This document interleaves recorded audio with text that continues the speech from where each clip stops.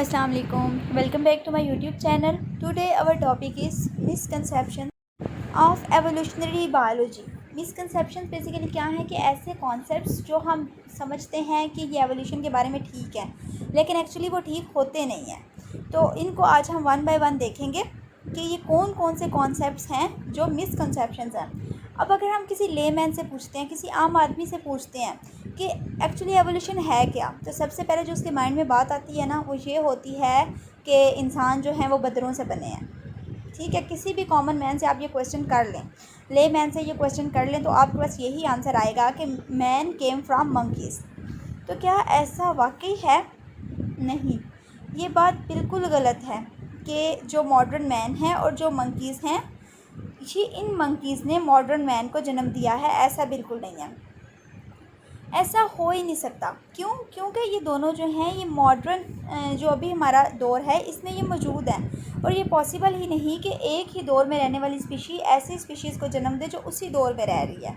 ठीक है, यानी हम कह सकते हैं कि ये एक ही ज़माने के हैं और ये प्रोडक्ट है लॉन्ग एवोल्यूशन की, यानी एक इनका इंसेस्टर था, ठीक है, उससे ये दोनों इवाल्व हुए। तो हम ये नहीं कह सकते फादर टू सन रिलेशनशिप, यानी मंकी जो हैं उनसे मैन नहीं बने, बल्कि आप ये कह सकते हैं कज़न टू कज़न रिलेशनशिप, यानी इनका सेम इंसेस्टर है, ठीक है, और उससे ये आफ्टर लॉन्ग एवोल्यूशन इवॉल्व हुए हैं।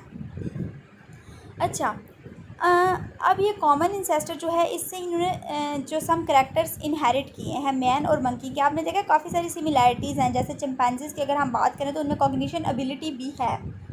अच्छा, अब क्वेश्चन ये आ जाता है कि वो जो कॉमन इंसेस्टर था जिससे मैन और मंकी बने थे, वो मैन था या मंकी था?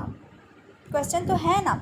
अब इसका आंसर ये है कि वो इनमें से कोई भी नहीं था। वो एक ऐसी फॉर्म थी जिसमें ये पोटेंशियलिटी थी कि वो एक साइड पे मंकीज़ को गिव राइज करे और दूसरी साइड पे मैन को, और किसी भी मंकी में ऐसा पोटेंशियल मौजूद नहीं है। सो मंकी जो हैं वो मैन के इंसेस्टर्स नहीं है।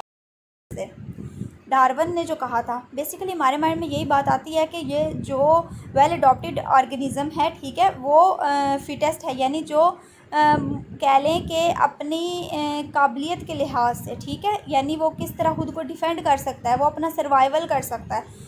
अगर वो सर्वाइवल अच्छा कर सकता है तो वो जो है वो फिट रहेगा। मोस्टली यही कंसेप्ट है।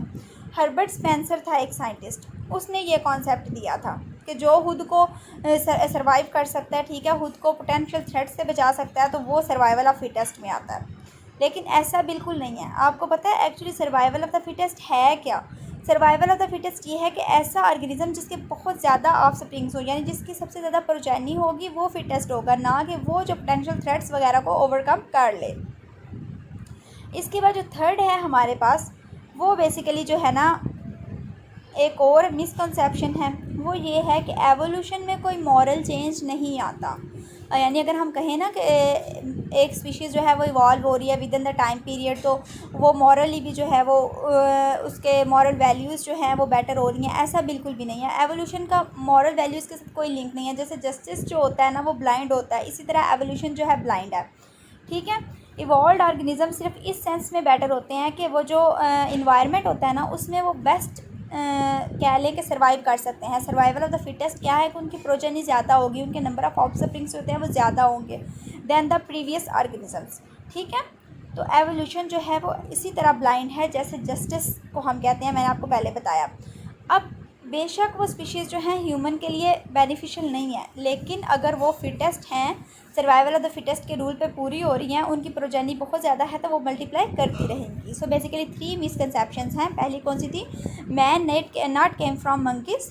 दूसरी कौन सी थी? सर्वाइवल ऑफ फिटेस्ट का मतलब ये है कि वो ऑर्गेनिज्म जिसकी सबसे ज़्यादा प्रोजेनी होगी। थर्ड वन क्या थी? कि एवोल्यूशन में मॉरल वैल्यूज़ की बेटरमेंट नहीं होती, बल्कि ये सिर्फ किसके करैक्टर्स जो है ना, अडॉप्टेशंस जो हैं वो बेटर होती हैं।